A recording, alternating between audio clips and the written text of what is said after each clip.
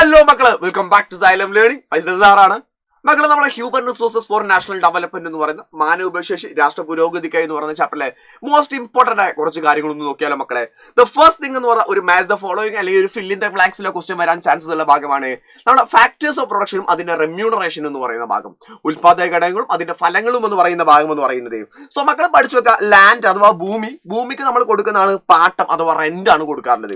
ലേബറിന് അധ്വാനിക്കുന്ന അഥവാ ജോലി ചെയ്യുന്ന ആളുകൾക്കാണെങ്കിൽ വേജ് കൂലിയാണല്ലോ, വേതനമാണല്ലോ കൊടുക്കാറുള്ളത്. ക്യാപിറ്റൽ മൂലധനത്തിന്, ഒരു കമ്പനിയുടെ ഓണർഷിപ്പ് അല്ലെങ്കിൽ മൂലധനത്തിന് നമ്മൾ കൊടുക്കാറുള്ളത് ഇൻട്രസ്റ്റ് ആണ്, പലിശയാണ് കൊടുക്കാറുള്ളത്. എന്റർപ്രണർഷിപ്പ് അല്ലെങ്കിൽ ഓർഗനൈസേഷൻ എന്ന് പറയും അതിന്, അഥവാ സംരംഭകത്വം എന്ന് പറയും അതിന് നമ്മൾ കൊടുക്കാറുള്ളത് പ്രോഫിറ്റ് ആണ്, ലാഭമാണ്.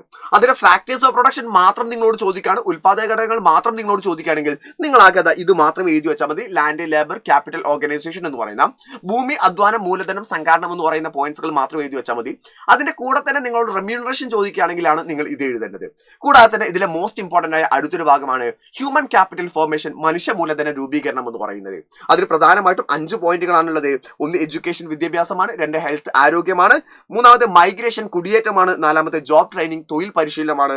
5 ആക്സസ് ടു ഇൻഫർമേഷൻ ആണ്. ഇതിൽ മക്കളെ നിങ്ങൾ ഡീറ്റെയിലുകൾ പഠിക്കുന്ന സമയത്ത് ഏറ്റവും കൂടുതൽ ഫോക്കസ് ചെയ്യേണ്ടത് ഇത് 2 ഇത് 2 പരീക്ഷയ്ക്ക് ചോദിക്കും, എഡ്യൂക്കേഷനും ഹെൽത്തും എന്ന് പറയുന്നത്. ഇതിന്റെ ഡീറ്റെയിലുകളെല്ലാം തന്നെ നമ്മുടെ ലൈവുകളിലായിട്ട് വരുന്നുണ്ട്, മാരത്തോണുകളിലായിട്ട് വരുന്നുണ്ട്, ക്വസ്റ്റ്യനുകൾ വരുന്നുണ്ട്. ഒന്നും തന്നെ മിസ് ചെയ്യരുത്. ലൈവുകൾ അടിപൊളിയായിട്ട് അവിടെ പഠിക്കാടാ.